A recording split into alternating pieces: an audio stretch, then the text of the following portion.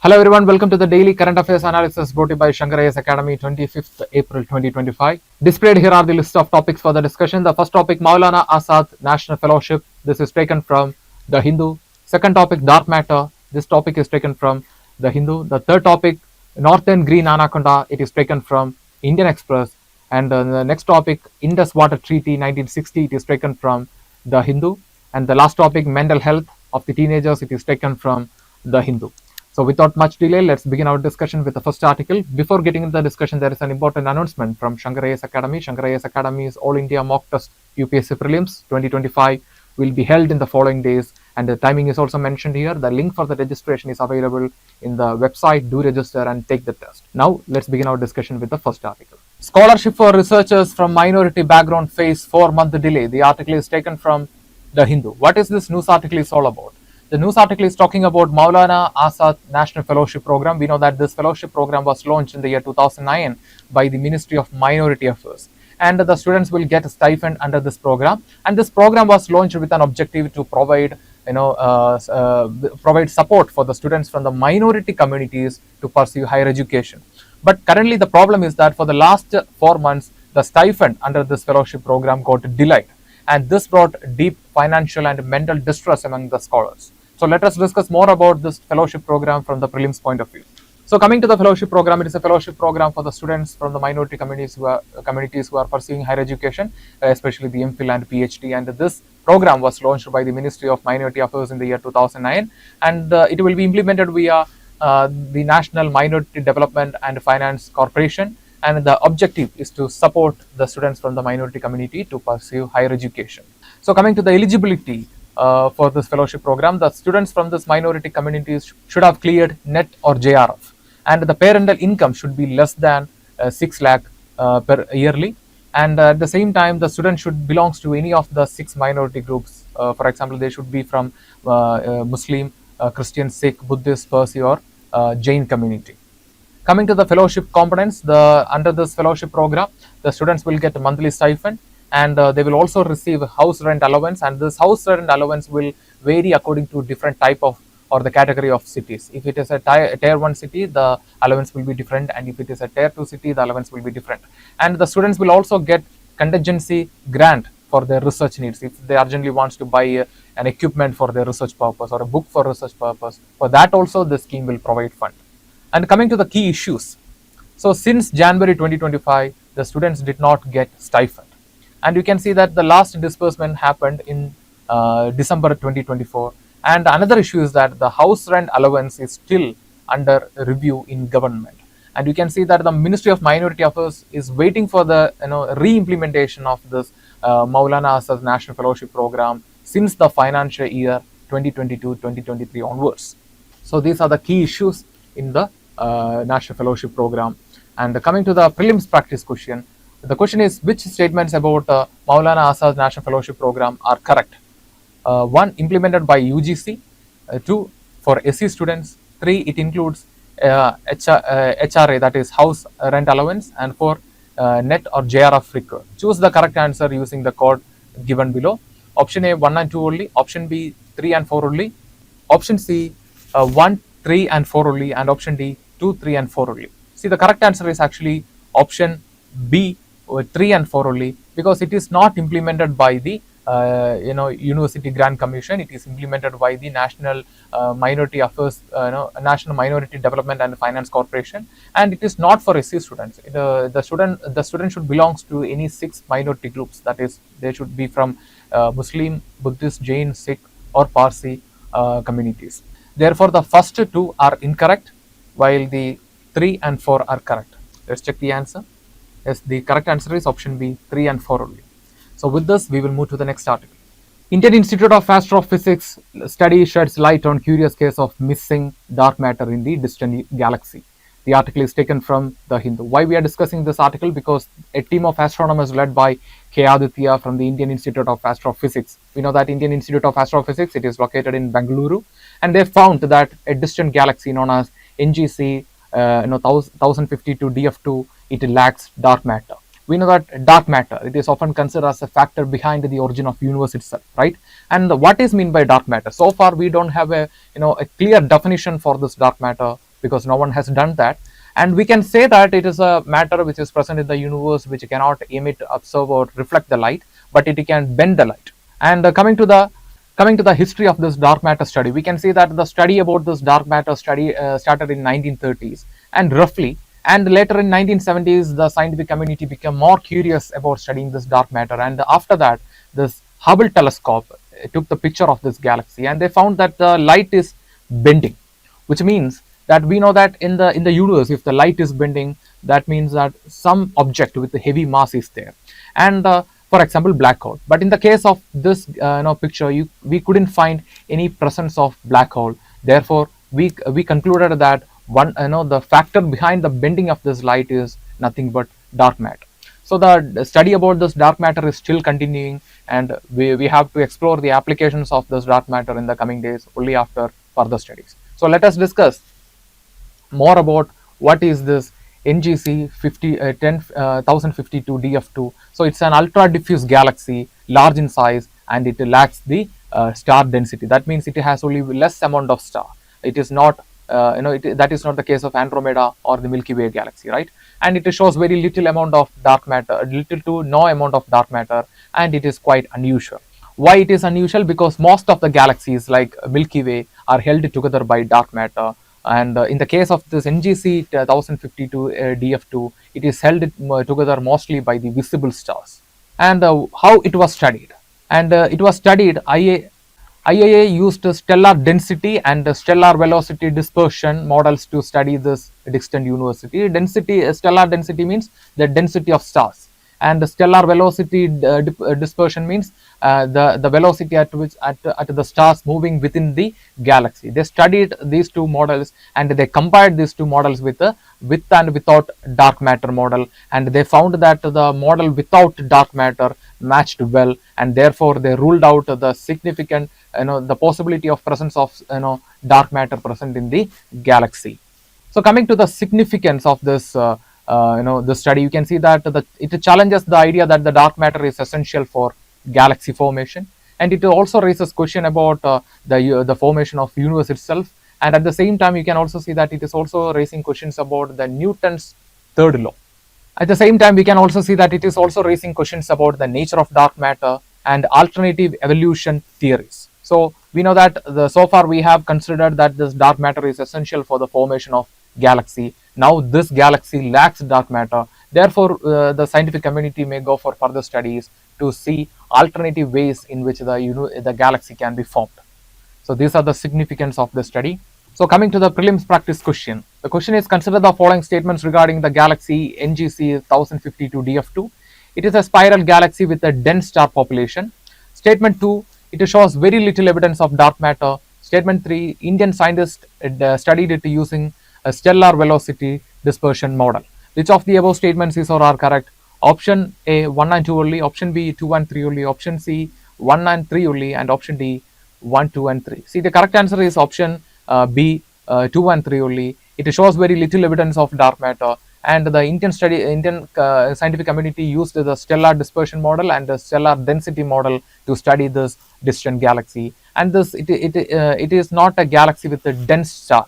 Therefore, this statement is wrong, and the statement 2 and 3 are correct. Therefore, the correct answer is option B, 2 and 3 only. Yes, the correct answer is option B, 2 and 3 only. So with this, we will move to the next article. All about northern green anaconda, the largest living snake in the world that weighs 500 kg. The article is taken from Indian Express. Why we are discussing this article today? Because from the Ecuadorian Amazon, a new species of anaconda known as the northern green anaconda was discovered, and it is scientifically known as Untitled Chapter. And coming to the UPSC prelims relevance of this topic, you can expect questions related to the species of animals and plants under the topic environment and ecology in the UPSC prelims. So let us begin our discussion about the northern green anaconda from the prelims point of view. So coming to the species details, the name is northern green anaconda, scientifically known as Untitled Chapter, and it is found in the Latin America, especially in the territories of Bamino, Bahauri, and Baroni territories. And you have to note that these territories are traditionally inhabited by the natives of the Latin America, and it is located in the nation of Ecuador.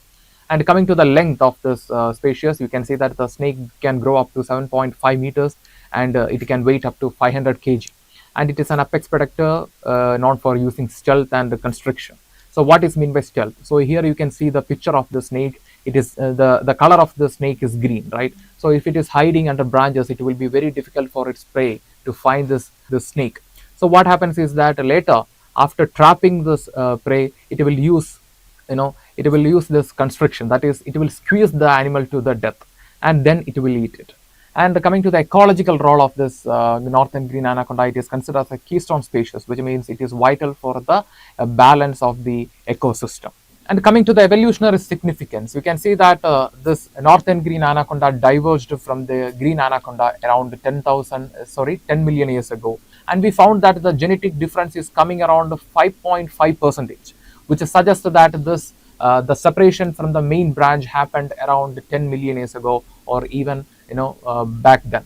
So and if you take the case of this humans, you can see that the genetic divergence between, or the genetic difference between the humans and the chimpanzees are just 2%, which suggests that they are our near relatives. That means the separation happened only in the near past.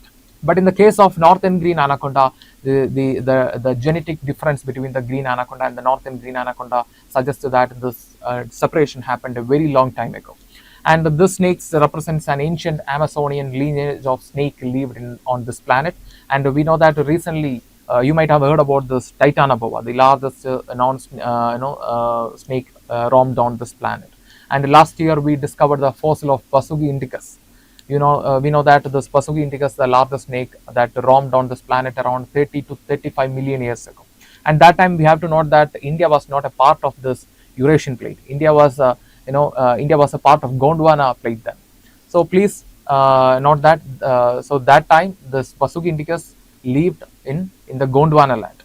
So coming to the conservation importance and threats. So the Amazon forest is facing a lot of problems like deforestation, mining, illegal encroachment, and also it is known for illegal wildlife trade, and the climate change is also affecting significantly the Amazon ecosystem. Therefore, these are the major threats faced by the all species living in the Amazon forest, including the northern green anaconda.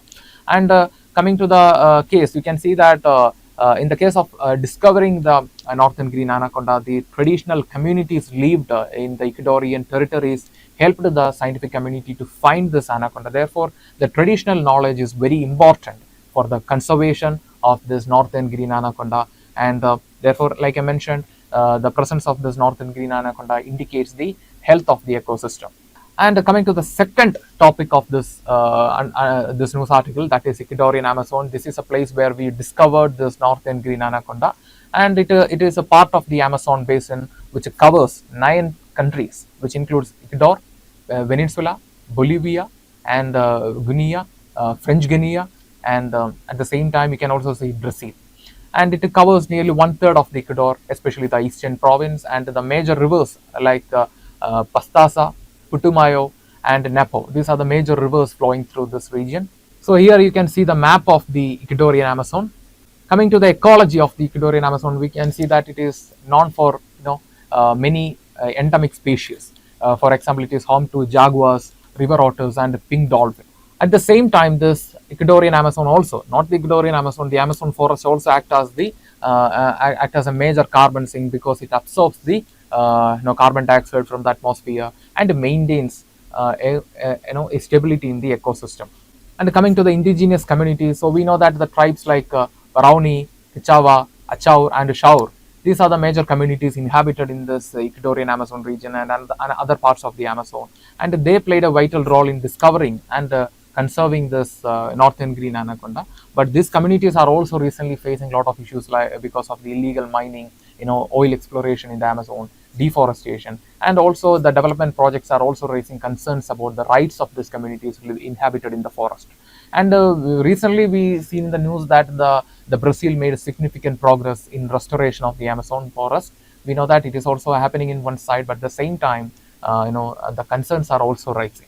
So in this topic, we discussed the basic details about the northern green anaconda, and then we discussed the basic facts related to the Ecuadorian Amazon. So with this, try to answer this prelims practice question. The question is, Yasani National Park, known for its biodiversity, is located in option A, Brazil, B, Peru, C, Ecuador, and D, Colombia. See, the correct answer is option C, Ecuador. So it's a factual question. There is no other way to answer. You have to go through the map. So with this, we will move to the next article. Indus Water Treaty suspended, India has many options, says expert. The article is taken from the newspaper Hindu. Why we are discussing this article today? Because the government of India temporarily announced a suspension of the Indus Water Treaty, which was signed in the year 1960 between India and Pakistan. And this temporary suspension came after the terror attack in Jammu and Kashmir, which killed 26 innocent people. So coming to the UPSC relevance of this topic, you can expect questions related to this topic under the GS paper 2 and in GS paper 3. So now we are going to see an overview about the Indus Water Treaty. We know that India and Pakistan both got independence in the year 1947 August. So followed by the independence, both nations signed a standstill agreement. And as per the standstill agreement, it was a temporary agreement. So based on this agreement, India provided water to Pakistan. But this agreement came to an end in the year 1948, and followed by that, a water crisis emerged between the India and Pakistan. And later in 1960, under the mediation of the World Bank, and that time the World Bank chairman was Eugene Black. So under his mediation, both of the nations signed the Indus Water Treaty, which was considered as one of the most successful water sharing treaty even today. And as per this treaty, the water from the eastern rivers, that is from Ravi, Beas, and Satluj, the rights will be given to India, and the rights over the western river, that is the rights of Indus, Jhelum, and Chenab, will be given to Pakistan.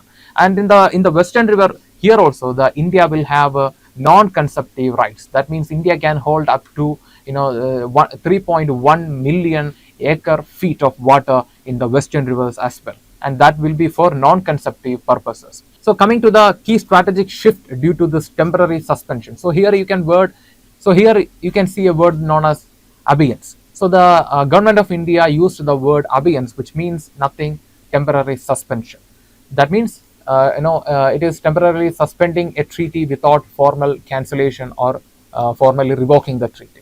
So here, in the case of this Indus Water Treaty, India has an advantage because India is the upper riparian state. What is meant by riparian state? A riparian state is the state through which the main river flows, right? In the case of Indus river system, we can see that all major river flows through India only.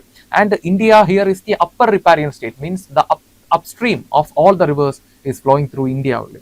And now India has no obligation to follow Pakistani objections or norms. And at the same time, India will also get flexible times for reservoir management. And with the suspension of the Indus Water Treaty, now we can suspend the tours from Pakistan, as well as we don't have to share the monsoon flood data with the Pakistan. And here it is a concern too, because this will affect the farming community living around the Indus River and its tributaries. And coming to the concerns associated with the temporary suspension of the water treaty, the first is the diplomatic fallout between two nuclear neighbors. So both the India and Pakistan are nuclear powers. Therefore, a diplomatic crisis between these two nations can welcome an international attention. And next is water insecurity and food disruption in Pakistan, because India is the upper riparian state. And the next is legal and treaty complications. Legal and treaty complication means the Indus Water Treaty of 1960 has no formal exit clause. Therefore, the Pakistan can legally challenge this temporary suspension. And the next is risk of international criticism and regional instability. That means this can bring a water diplomacy crisis between India and Pakistan. Therefore, it can even deteriorate the India-Pakistan relation. And at the same time, this can also welcome international criticism, which is common in every regional crisis. And coming to the implications and the consequences, for Pakistan, Pakistan may face water shortage because India is the upper riparian state, and hydro disruption and flood risk, because India hereafter, due to the temporary suspension of the Indus Water Treaty, India is not obligated to share the flood data with the Pakistan.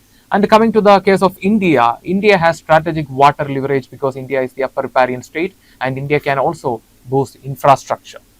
And in the international scenario, the reinterpretation of the treaties will happen, which means some international powers will support Pakistan, while some will support India, and also this can lead to a water diplomacy tension between the two nations. And coming to the way forward, so what India can do now? First is maintaining a strategic ambiguity. That means instead of going for complete abrogation of the treaty, India is currently, it is standing with a temporary suspension. Therefore, we can address our cause. And the next is accelerating water infrastructure, especially in the western rivers. And the next is using global forums to justify the stance. And the next is ensure domestic ecological resilience. That is, increased control over the Himalayan river source should not fail to address the impact of the climate change on the river system. So coming to the mains practice question, the question is India's suspension of the Indus Water Treaty weaponizes water as a geopolitical leverage, reshaping hydro diplomacy into a high-stake tool of cohesive statecraft in a nuclearized, climate-stressed South Asia.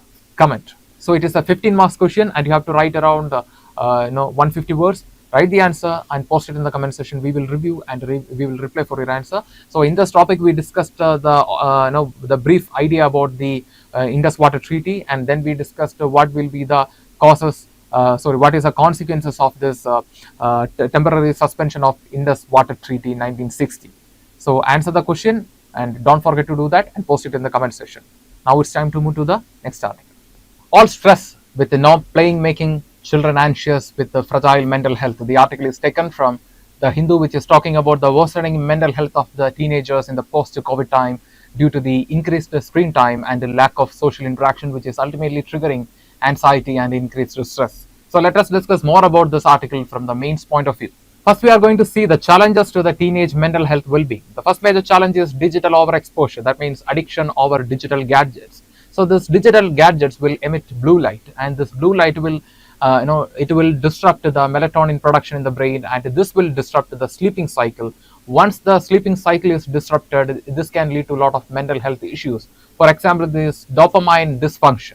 Once this dopamine dysfunction happens, the children will feel unmotivated, stressed and anxious. And the next is academic pressure. That means too much stress over academics and tight schedule will force the children to go for rote learning. That means they will buy hard the content and they will paste it in the answer sheet, and this is not at all productive. And this can also lead to no time for playing. That means we know that the playing is very important. Outdoor activities are very important for socialization, building social skills, creativity. But due to this academic pressure, the children are not getting enough time to play outside. And the next is reduced social interaction. That means spending too much time on social media platforms will lead to meeting a lot of people online than in person. So this will lead to reduced social skill, which will ultimately make the people lonely, and the loneliness can even lead to more mental health issues such as stress and anxiety. And the next is parental disconnect. That means within the family, sometimes the conflicts will happen in the name of technology, and at the same time weak communication, because the children will be spending too much time in the social media and the gadget. Therefore, the parent-children communication will be weakened over a period of time. We know that the family is the initial stage of socialization. So if there is no proper communication between the parent and the children, then here itself the children are losing their social skills. And I don't know how many of you watched the recently released series Adolescence. So I watched only 3 episodes, but that series shows how the social media and the content in the social media is shaping the perspective of the teenagers, and that series is very relevant this time. So if you have time, go through that series as well. And what can be done? So the mental health is deteriorating because of these factors. So what can be done? First is promoting reading. Promoting reading can strengthen the cognitive and emotional strength, which builds empathy and emotional intelligence, stimulates imagination and curiosity in the children, and it also promotes calmness and more focus, and it also strengthens cultural identity via local stories. We know that creativity is one of the effective way to enhance the creativity is nothing but reading only. If you read a line, definitely that will appear as a scene in your mind. So go for more reading. And the next is promoting children's literature. For example, for that we have to consider certain factors. First is affordability and accessibility. For example, we can revive the National Book Trust and the Children Book Trust. We can also establish mobile libraries in the semi-urban area and in the village area. So this can promote the reading in the children. They can distribute books to the underserved areas. And the next is promoting translation for more inclusivity, because we know that the people in the remote region of the society may not be able to read English or the mainstream language. Therefore, we have to promote translation of the major works to their language. Therefore, we can make the reading more inclusive, and it can also protect the culture. And the next is establishing digital libraries, like going for ebooks, audiobooks, and the national book trust. So this can also promote reading in the children and also in the adult. And the next is curriculum integration. That means integrating graphic novels, encouraging authors visit and book fairs can encourage the children to go for reading.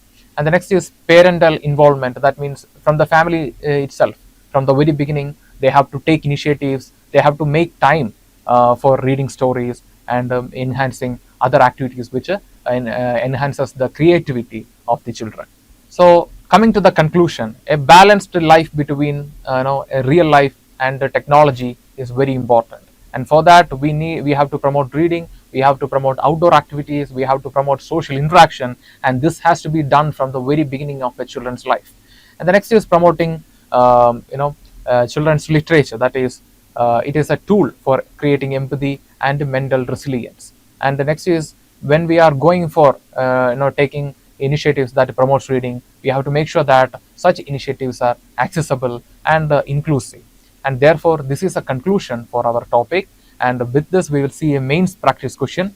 The question is, discuss the challenges affecting the emotional and mental well-being of the teenagers in the digital age. How can promoting reading and children's literature act as a potential solution? Suggest the measures to make children books more accessible in India. It's a 15 marks question and you have to write around 150 words. Write and post it in the comment section. We will review and we will reply for your answer.